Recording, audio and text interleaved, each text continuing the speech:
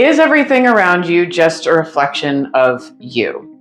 If you found this video, I'm sure you've already heard of the law of mirroring and this whole idea that anything that we don't like about others is really just a manifestation of something we don't like about ourselves. But after a lifetime of trial and error, I've come to feel that this concept is not only applied far too broadly in the spiritual and New Age community, it's also taught with absolutely no useful nuance.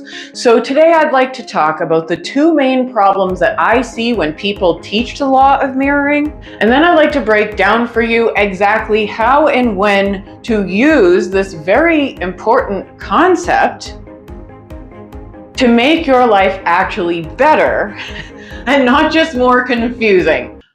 My autistic self needs instructions. The law of mirroring is, in fact, a beneficial concept. There is a reason why spiritual teachers are teaching this. Everything outside of yourself is, in fact, a manifestation of your attitude towards the world around you. The problem is that this is often taught as a one-to-one concept. You're angry, so you don't like angry people. You're depressed, so depressed people frustrate you. And it's not always that simple. In fact, most of the time, it is not that simple. It is not a one-to-one correlation.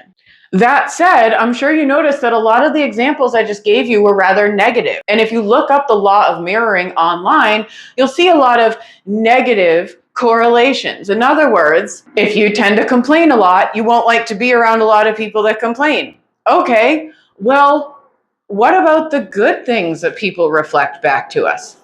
Does that not apply to the law of mirroring? Of course it does, right? So you can use the law of mirroring not only to see things that are bad about yourself that you need to fix, right? I think spiritual teachers focus too much, the New Age community focuses too much on fixing ourselves, which is honestly the antithesis of healing anyways, because the whole point is to stop fixing ourselves and to embrace who we actually are, right?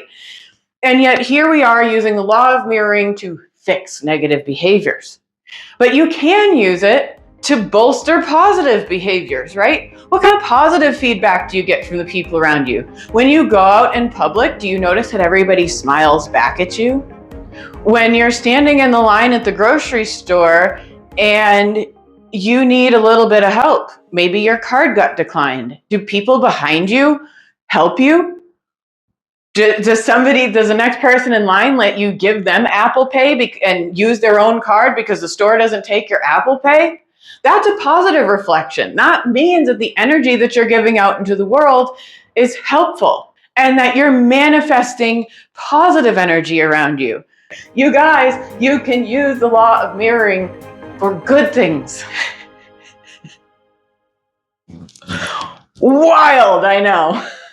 The second issue with the way that law of mirroring is discussed is it doesn't leave a whole lot of room for legitimately learning that certain behaviors just suck. I've had a lifetime of being surrounded by some really toxic behavior. Sometimes when people trigger me, they're not directly mirroring anything I'm doing. They are legitimately producing a bad behavior, and my body, my being, my soul is legitimately recognizing that this is gross. Stay away from it. So how do you discern which one's which?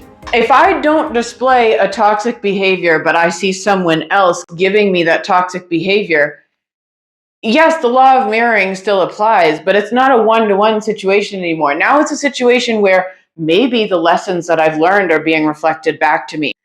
Maybe I think I want a certain person or situation or thing, and what's being mirrored back to me is, when you don't let your dog eat chocolate. What's being mirrored back to me is that what I think I want is actually going to hurt me. Or, and again, I cannot say this enough, sometimes a cigar is just a cigar. Okay, thank you, Freud. That was one thing he got right. Sometimes the people around us are just being people. I have a friend that always says, people gonna people. Shout out Matt. because people are just going to people sometimes. And if we believe that everything around us is just a reflection of ourselves, God, the ego, what about the times that we are a reflection of someone else? What if we have learned our lesson that a particular behavior really sucks, and this person has found us because the law of mirroring in their life has essentially guided them towards someone like us who's going to go, oh, hell no. I see what you're doing there and I don't want it. Sometimes we're someone else's mirror. And all of these things really bother me that the New Age community leaves it out, because what I'm seeing happening increasingly more is spiritual people think that I'm all light and love. I'm light and love. When really all the light and love is just a manifestation of their current iteration of their current ego. And they've convinced themselves that they don't have shadows anymore. And now they're going to turn around and tell you, everything that you see in me is just a reflection of you. And it's a cop-out. It's a cop-out. So how do you tell the difference between somebody mirroring something back to you or somebody just legitimately is displaying behaviors that you don't want to be around? This is where it comes into actually paying attention to the feelings in your body. This is going to take a little bit of experience. It's going to take a little bit of trial and error, but I assure you, you can get there. When somebody does a certain thing, what is your body telling you to do? Does your chest get tight? Do you get immediately defensive? If it's something that you legitimately know is just not a good behavior that you don't want to be around anymore, you're not going to get the same level of defensive that you might if it's a behavior that you see projected from yourself, right? So to make that a little simpler, if I know deep down that somebody who's acting like a Karen at the grocery store is kind of freaking out about something I might freak out about on a different day, there's a few things I'm going to feel, right? First of all, I'm going to feel embarrassed for this person, which to me is a major red flag for me. If I am feeling embarrassed for somebody, I'm seeing something in them that is in myself, right? Because how can you truly feel embarrassed for somebody if you don't know how embarrassing the behavior really is? No. Or from my activism days, for example, I really struggled, and I still do, with feeling like I don't have a voice. And sometimes I will want to speak up for somebody. I'll want to step in and defend and fight for somebody.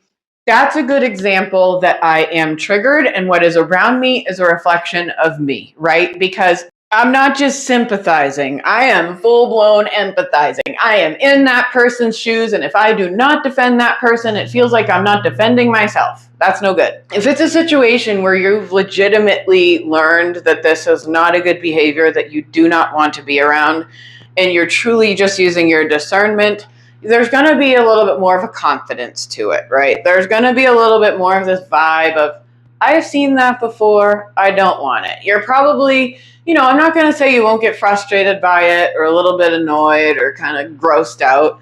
Of course you will. But there's more of like I know what this feeling is. I know what I have to do.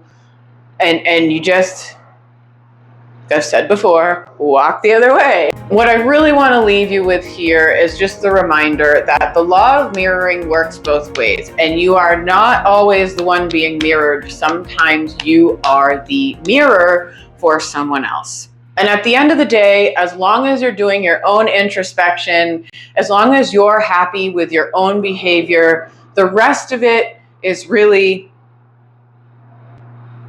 it's up to the energetic balance of the universe.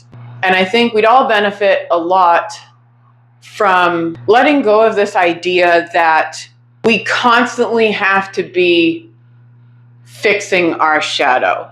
And instead, we have to give ourselves some room to breathe and live and let our shadow talk so we can actually work with our shadows and also with our light. Because some of these things that we think are coming from our shadow selves are actually coming from our light selves, but it's other people's shadows who have convinced us that it's dark. You guys are awesome. I appreciate all of you for doing the work. Stay fabulous.